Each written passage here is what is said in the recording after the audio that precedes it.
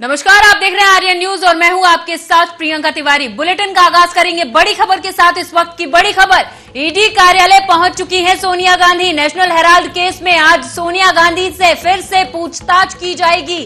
कल 6 घंटे तक चला था सवालों का दौर। आज फिर से ईडी के दफ्तर पहुंच चुकी हैं सोनिया गांधी। कल 6 घंटे की लंबी पूछताछ के बाद भी पूछताछ निराधार रही, जिसके बाद आज एक बार फिर से ईडी ने सोनिया गांधी को बुलाया था, जिसके बाद ईडी कार्यालय पहुंच चुकी हैं सोनिया गांधी। आज फिर से सोनिया गांधी से पूछताछ की जाएगी। नेशनल हेराल्ड मामले में ईडी कांग्रेस अध्यक्ष सोनिया गांधी से पूछताछ करेगी।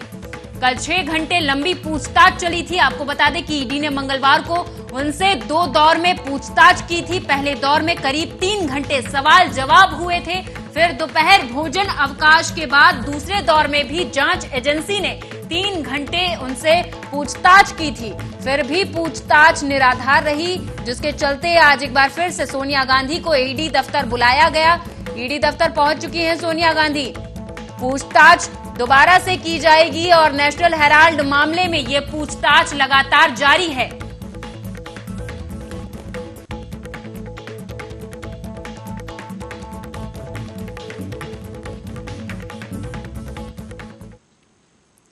मथुरा से खबर है, जहां राज्य कर्मचारी संयुक्त परिषद उत्तर प्रदेश के प्रांतीय आह्वान पर मंगलवार जिला अस्पताल में फार्मासिस्ट धरने पर बैठ गए। उनके द्वारा स्थानांतरण नीति के विरुद्ध 2 घंटे का काम बहिष्कार किया गया। स्थानांतरण नीति के विरुद्ध जाकर अनियमित स्थानांतरण किए जाने के कारण फार्मासिस्ट ने चिकित्सालय की स्वास्थ्य सेवाओं का बहिष्कार किया। मांगे पूरी न होने पर बड़े आंदोलन की चेतावनी भी दे डाली।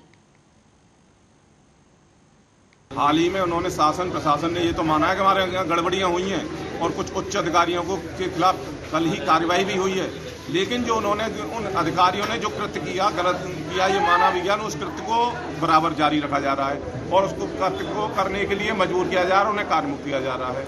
ये कौन सी विडंबना है कि जब आप मालूम कर ली कि वो कार्रवाई गलत की गई थी, स्थानांतरण गलत किए गए थे, उनके खिलाफ कार्रवाई भी हो रही है, लेकिन उन स्थानांतरण को यथावत रखा जा रहा है, जो कि बहुत ही निंदनीय है। हाल ही में जो है देखा जा रहा है कि कुछ साथियों का तो 2 जगह स्थानांतरण कर दिया गया है, न तो उन्हें कार्यमुक्त किया जा रहा है, न जो जैसा कि आप कवरेज कर रहे हैं कि 14 तारीख को डीजी साहब का घेराव किया था। जब डीजी साहब का घेराव समस्या के निराकरण के लिए किया था, लेकिन उन्होंने कोई सकारात्मक रुख नहीं लिया। जब सकारात्मक रुख उन्होंने नहीं दिखाया तो उसी दिन घोषणा की थी कि चरणबद्ध तरीके से आंदोलन किया जाएगा। उस प्रथम चरण में 20 तारीख से लेकर 24 तारीख तक कार्य काला फीता बांधकर कार्य किया गया, जैसा कि आप जानते हैं। और 24 तारीख के बाद में भी उन्होंने कोई निर्णय नहीं लिया, तो 25 तारीख को मुख्य चिकित्सा अधिकारी कार्यालय पर अर्थात कल घेराव किया गया। मथुरा के थाना कोतवाली के मछली मोहल्ला में एक ही समुदाय के 2 पक्षों में झगड़ा हुआ। एक पक्ष ने युवक का गला काट दिया। घायल अस्पताल में भर्ती कराया गया, जहां जिला अस्पताल में घायल अवस्था में उसे भर्ती कराया गया था। ये थाना कोतवाली के भरतपुर गेट स्थित मछली मोहल्ले का रहने वाला इमरान बताया जा रहा है। घायल ने बताया कि उनके पड़ोस में महिलाओं में आपसी कहासुनी हो रही थी। इसी बात को लेकर झगड़े के बीच में वे बोल गए तो पड़ोसी के कई लोगों ने आकर उन पर अचानक हमला कर दिया और मारपीट कर दी। यही नहीं, पड़ोसी के लड़कों ने धारदार हथियार से गला काट दिया। घटना की जानकारी स्थानीय पुलिस को दी गई। तब तक परिजनों ने घायल को जिला अस्पताल में भर्ती करा दिया और पुलिस मामले की जांच में जुट गई है।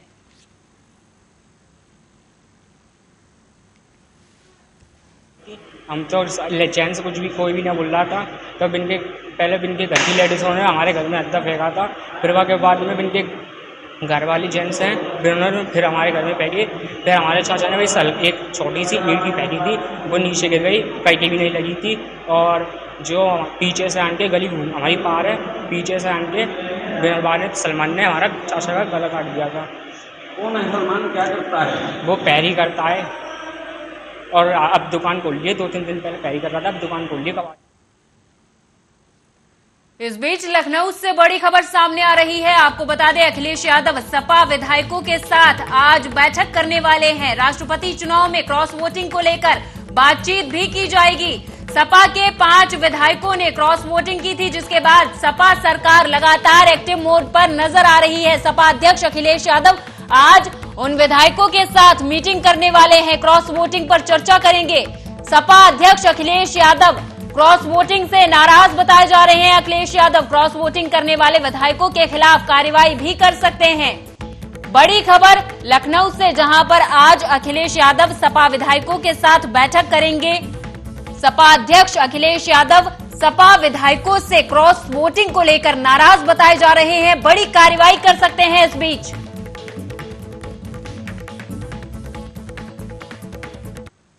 धर्म रक्षा संघ के तत्वाधान में श्री राम मंदिर अटला वृंदावन में महामंडलेश्वर स्वामी रघुनाथ दास जी महाराज की अध्यक्षता में एक धर्म गोष्ठी का आयोजन किया गया, जिसमें मान मंदिर के बाबा विजयदास जी महाराज को आत्मदाह जैसे कठोर कदम उठाने के लिए विवश करने पर राजस्थान सरकार की घोर निंदा की गई। साथ में ब्रज की धरोहरों के संरक्षण के लिए शहीद हुए संत विजयदास को भावभीनी शोक श्रद्धांजलि दी गई।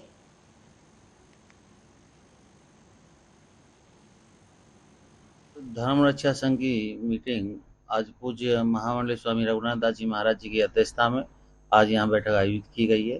यहाँ हमारे वरिष्ठ धर्म रक्षा संघ के सभी समस्त पदाधिकारी बैठे हैं। हमारे महामंडलेश्वर स्वामी आदित्यानंद जी महाराज जी हैं और हमारे महाराज जी जो हनुमान टेकरी से महाराज जी हैं और बाहर से आए हुए उच्च कोटि के महापुरुष सभी यहाँ विराजमान हैं।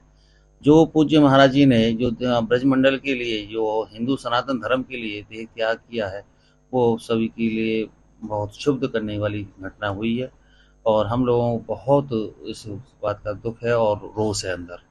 अभी भी प्रशासन वहाँ का ऐसे बना हुआ है, तत्काल प्रभाव से वहाँ की चौकी, वहाँ का प्रशासन को, सरकार को बर्खास्त करना चाहिए।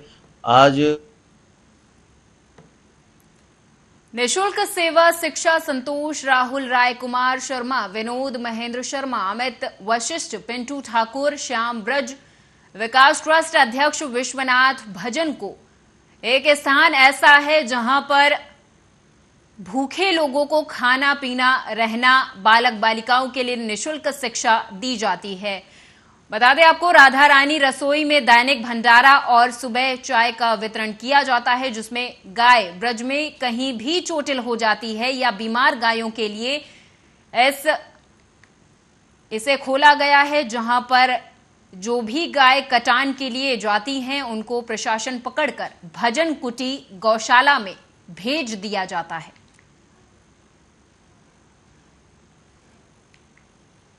ये जहाँ पर हम लोग मौजूद हैं, ये भजन कुटी आश्रम है और इस आश्रम का संचालन श्री भजन कुटी सेवा संस्थान ट्रस्ट के द्वारा है। और ये भजन कुटी सर्वप्रथम इसकी जो शुरुआती जो है लगभग 450 वर्ष पुराना इसका इतिहास है। ये आश्रम ये वहाँ से इस्टेब्लिश है। ये षड गोस्वामी कृपा जी, महापुरुष की कृपा से वृंदावन खोजी करने जब निकले दक्षिण भारत से, तो वहाँ से आते आते कुछ दिन तक यहाँ पे इन्होंने साधना की, ऐसा गौड़ीय साहित्य में प्रमाण है। और साधना करने पर चामुंडा मैया ने प्रत्यक्ष प्रकट होकर उनको इशारा किया कि उत्तर दिशा यहाँ से यमुना जी ने श्री राम वृंदावन को गोदी में। इस बीच अलीगढ़ से खबर आ रही है। दरअसल पूरा मामला थाना देहली गेट क्षेत्र अंतर्गत एक इलाके का है, जहां शादी में स्कॉर्पियो कार की मांग पूरी न होने पर लड़के पक्ष ने शादी तोड़ दी, जिसके बाद लड़की पक्ष के लोगों ने लड़के पक्ष के कुछ लोगों को बंदी बना लिया और उसके बाद इलाके में पुलिस को बुलाया और लड़के पक्ष को पुलिस के हवाले कर दिया। वहीं इस घटना के बाद लड़की पक्ष के लोगों ने थाना देहली गेट पर जमकर हंगामा काटा।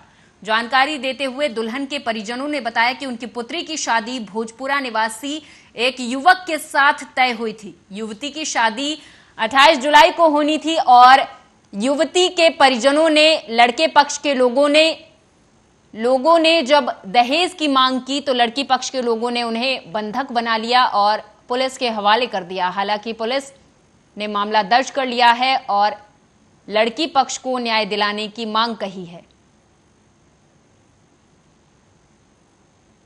मामला इस तरीके का था सर कि जो लड़की है वो मेरी भतीजी है। इन्होंने जो हमने इतना सामान दिया उनको बेहिसाब, मतलब 1,60,000 रुपए की मोटरसाइकिल दी, और इतना दहेज दिया, AC वगैरह, फ्रिज, कूलर, फर्नीचर बहुत बढ़िया। लड़की के घर वाले और लड़की की बहन और लड़की के भाई ये कह रहे हैं और लड़का कि मुझे जो है कार चाहिए। अब कार की नहीं है हमारी गुंजाइश, हमें बहुत गरीब आदमी, मंगनी पे भी हम उनको कम से कम 5 से लेकर 6 लाख रुपए तक दे चुके हैं रिश्ता करने में। अब वो एकदम अचानक रिश्ता तोड़कर भाग गए। 5 लाख रुपए कार मांग रहे थे वो। अच्छा, कौन ससुराल वाले? जी, वहाँ पे एक लड़की है, उसकी चलती है। कौन है? अच्छा, कौन है? गुड़िया नाम है उसका, गुड़िया। गुड़िया जी। कौन लगती है आपके? ननद। अच्छा, आज क्या घटना हुई थी ये बताइए। आज हम विदा दे रहे थे, उनके दिल में ये थी कि हम उधम मचाएंगे, अपनी इज्जत के खातिर के रख देंगे। हमारे पास इतना है ही नहीं, जो था हमने रख दिया। हमारे छोटे छोटे भाई हैं और बहन है छोटी छोटी। पापा को शुगर की बीमारी है, पापा कुछ काम नहीं करते, भाई करते हैं। अच्छा, निकाह हो चुका है आपका? नहीं। अच्छा, आपकी शादी होने जा रही है, जिस तरीके से दहेज के लोभी हैं, तो आज आपकी शादी किस तरीके से टूटी है, तो क्या कहना चाहेंगे इस पर आप? इस वजह से टूटी, वो 5 लाख रुपए कार मांग रही थी। और इस बीच एक बड़ी खबर सामने आ रही है। आप सभी दर्शकों को बता दें, ओवैसी का सीएम योगी पर तंज लगातार जारी है। सीएम योगी पर एक बार फिर से ओवैसी हमलावर हुए हैं। ओवैसी ने कहा है कि कावड़ियों पर फूल बरसा रहे हैं योगी, कम से कम हमारे घर तो मत तोड़िए। आपको बता दें कि ये मामला उत्तर प्रदेश में कावड़ियों पर हो रही पुष्प वर्षा का है, जब AIMIM सांसद असदुद्दीन ओवैसी ने सीएम योगी को लेकर तंज कसा है। उन्होंने योगी सरकार का नाम लिए बिना कहा कि अगर उन पर फूल बरसा रहे हैं तो कम से कम हमारे घर तो मत तोड़िए। ओवैसी ने कहा कि मुसलमान खुली जगह पर चंद मिनट के लिए नमाज अदा कर दे तो बवाल हो जाता है। मुसलमानों को सिर्फ मुसलमान होने की वजह से पुलिस की गोलियों, NSA, UAPA, लिपस्टिक और बुलडोजर का सामना करना पड़ रहा है। AIMIM अध्यक्ष असदुद्दीन ओवैसी ने सीएम योगी पर तंज कसा है। लगातार हमलावर हैं ओवैसी। उन्होंने कहा कि कावड़ियों पर आप फूल बरसा रहे हैं, कम से कम हमारे घर तो मत तोड़िए।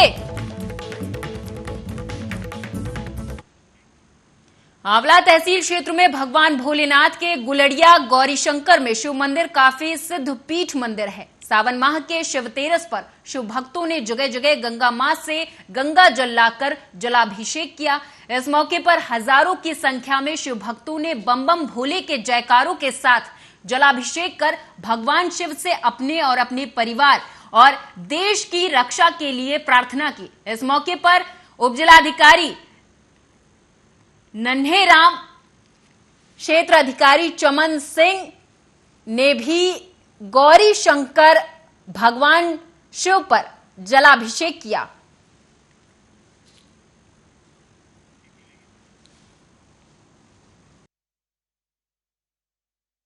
चाक चौबंद रही। आपको बता दें कि लगातार भ्रमण जारी है। शासन प्रशासन अपनी तरफ से पूरी तरह अलर्ट मोड पर नजर आ रहा है। शिव तेरस पर शिव भक्तों ने जलाभिषेक किया। शिव भक्त की लगातार मंदिरों में तांता लगा है। श्रद्धालु भारी संख्या में मंदिरों में पहुंच रहे हैं और भगवान शिव को प्रसन्न करने की कोशिशों में लगे हुए हैं।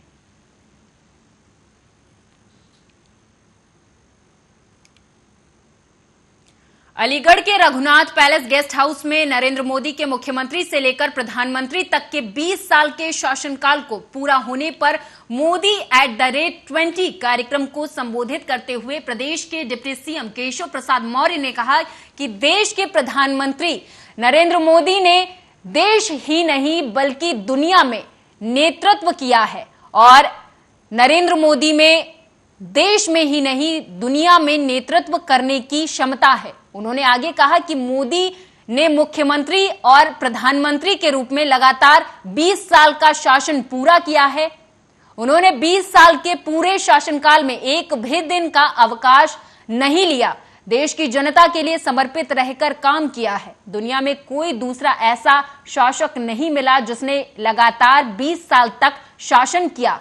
निसंकोच कहा जा सकता है कि विश्वास करो तो मोदी पर। तो वहीं डिप्टी सीएम ने आगे कहा कि ये नवयुग का निर्माता है। ऐसा नेता धरती पर कभी कभी ही आता है। मोदी जी के नेतृत्व में मुख्यमंत्री के रूप में, प्रधानमंत्री के रूप में गुजरात प्रदेश और देश का नेतृत्व करते हुए 20 वर्ष का कार्यकाल पूरा करने के बाद 21वें वर्ष में वह प्रवेश किए हैं और पूरी दुनिया के अंदर माननीय प्रधानमंत्री जी ऐसे शासक हैं जिन्होंने यह रिकॉर्ड बनाने का काम किया है और 20 वर्ष से अधिक समय तक सत्ता में रहते हुए एक दिन भी अवकाश नहीं ग्रहण किया है। ऐसे नेतृत्व करने वाले हमारे माननीय प्रधानमंत्री श्री नरेंद्र मोदी जी का लक्ष्य भारत माता के लिए है, भारतवासियों के लिए। तेरा वैभव अमर रहे, हम दिन चार रहे ना रहे, इस भाव से भरे रह करके राष्ट्र देवता के चरणों में अपने आप को समर्पित करते हुए और करोड़ों लोगों को आज अगर कोई समाज सेवा, देश सेवा के लिए आदर्श के रूप में मानता है, देश के करोड़ों करोड़ों लोग, वह मोदी जी को मानता है। मैं भी उन्हें ही याद। तो वहीं आजादी के अमृत महोत्सव के अंतर्गत उज्जवल भारत उज्जवल भविष्य पावर कार्यक्रम का आयोजन किया गया। आपको बता दें कि रायबरेली के शहीद स्मारक में इस कार्यक्रम का आयोजन किया गया। इसमें राज्य मंत्री दिनेश प्रताप सिंह, जिलाधिकारी माला श्रीवास्तव और बिजली विभाग के तमाम आला अधिकारी मौजूद रहे। कार्यक्रम में दिनेश प्रताप सिंह ने सरकार की उपलब्धियां गिनाई। वहीं माला श्रीवास्तव ने जिले में विद्युत विभाग द्वारा किए गए कार्यों का ब्यौरा प्रस्तुत किया। 75वें वर्ष को इस देश के यशस्वी प्रधानमंत्री के निर्णय के अनुसार हम देशवासी और देश के सभी वर्गों के लोग आज़ादी की 75वीं वर्षगांठ को आज़ादी का महोत्सव के रूप में हम लोग मना रहे हैं और उन लोगों, उन शहीदों के प्रति श्रद्धांजलि अर्पित कर रहे हैं, कृतज्ञता ज्ञापित कर रहे हैं जिन्होंने हमको ये 75 वर्ष, स्वर्णिम 75 वर्ष दिए हैं। एक कृतज्ञ राष्ट्र, एक कृतज्ञ नागरिक अपने शहीदों के प्रति श्रद्धा सुमन अर्पित करता है और उनके प्रति कृतज्ञता ज्ञापित करता है। देश के यशस्वी प्रधानमंत्री जी ने निर्णय लिया है कि हर विभाग आज़ादी के 75वें वर्ष को इस रूप में मनाए और हम लोग उसी क्रम में आज यहाँ पर आमंत्रित हुए हैं। आज हिंदुस्तान का बिजली विभाग रायबरेली के शिवगढ़ थाना क्षेत्र के भवानीगढ़ चौराहे के पास स्थित एक जूते की दुकान में अज्ञात कारणों से भीषण आग लग गई, जिससे आग में रखा सामान धू-धू कर जलना शुरू कर दिया, जिसके बाद आसपास के लोगों में हड़कंप मच गया। वहीं स्थानीय लोगों ने कड़ी मशक्कत के बाद आग पर काबू पाया, लेकिन दुकान में रखा हुआ लाखों का सामान जलकर तब तक राख हो चुका था। वहीं आग लगने के मामले में मौके पर पहुंची पुलिस पूरे मामले की जांच पड़ताल में जुट गई है और आगे की जांच पड़ताल पुलिस के द्वारा जारी है।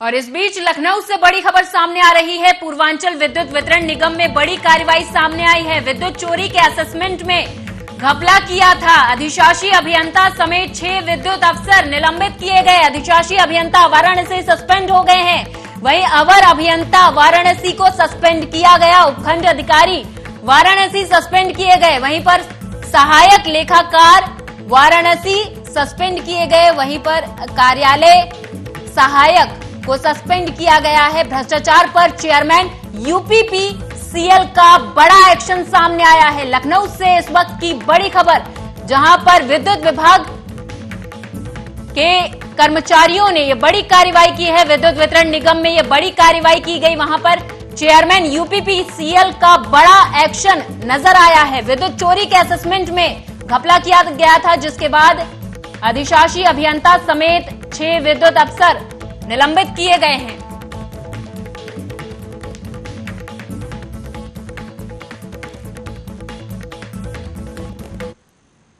लखीमपुर खीरी के सिकंदराबाद कस्बे में स्थित पंजाब बैंक में कार्यरत तत्कालीन रिकवरी एजेंट नीरज ने ऊषा देवी से बैंक के अंदर मई 2019 में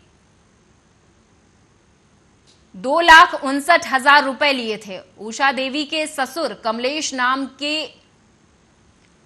नाम पर पीएनबी में लोन था, जिसकी वसूली के लिए एजेंट नीरज बार बार दबाव बनाता था। लोन भरने के लिए ये रकम दी गई थी, लेकिन नीरज ने पैसा खाते में जमा न करने पर खुद डकार लिए।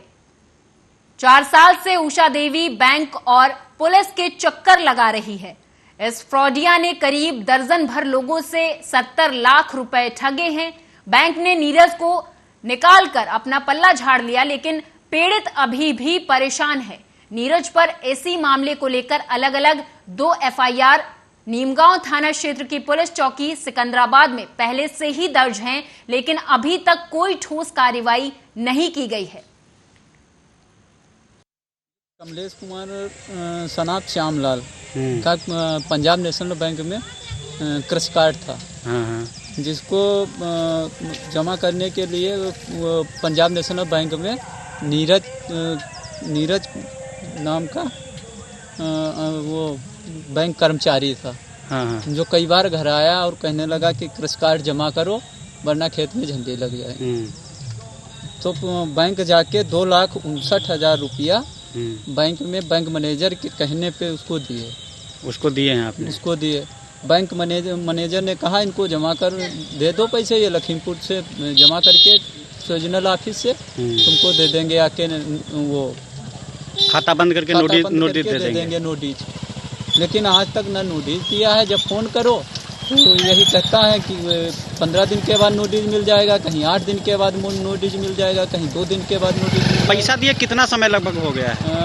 लगभग 3 बरस हो गए। उसके बाद में बैंक मैनेजर से आपकी बात हुई है क्या? बैंक मैनेजर से बात करते हैं तो वो कहते हैं कि वो फ्रॉड था, भाग गया बैंक से। ये कमलेश कुमार।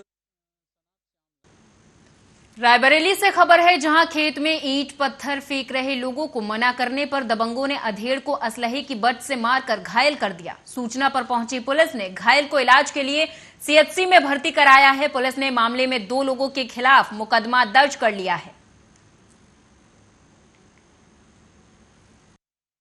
हमारे के खेत में एक पड़ोसी माता फेर और मन्नू कुमार जी का घर है, और हमारे खेत में वो ईंटे के छोटे छोटे ईंट के पत्थर उसमें डाल रखा था जी। तो पहले कहा इसको हटा देंगे।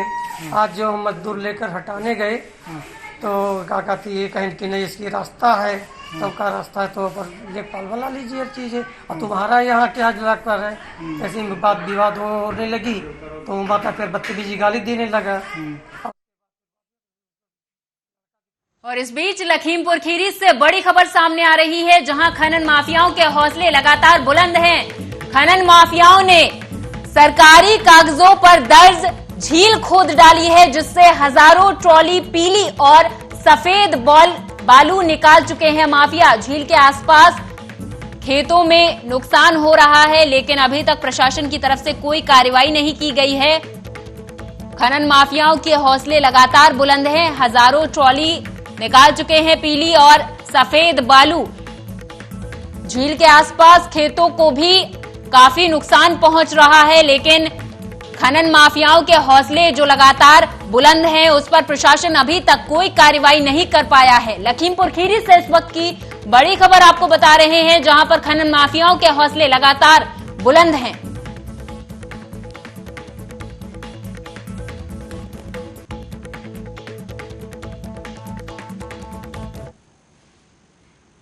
और मेरे साथ इस बुलेटिन में फिलहाल इतना ही। आप देखते रहिए आर्या न्यूज। नमस्कार।